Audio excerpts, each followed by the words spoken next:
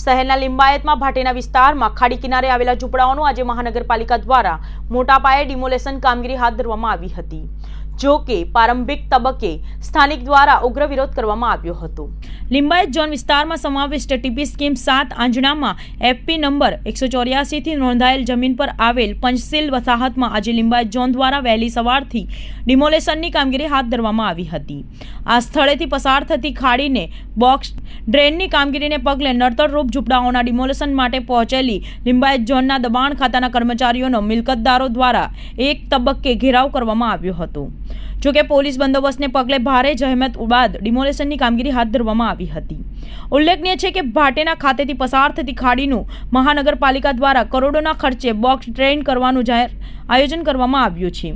છાસવારે ખાડી પૂરને કારણે હાલાકીને પગલે મહાનગરપાલિકા દ્વારા આ કામગીરીને પગલે નડતરરૂપ મિલકતોના ડિમોલેશન શરૂ કરવામાં આવ્યું છે, જે પૈકી આજે પંચશીલ નગરમાં 30 ઝૂંપડાઓનું ડિમોલેશન કરવામાં આવ્યું હતું, જ્યારે આગામી દિવસોમાં આ જ વિસ્તારમાં આવેલ 60 જેટલા ઝૂંપડાઓને પણ દૂર કરવાની કામગીરી હાથ ધરવામાં આવશે।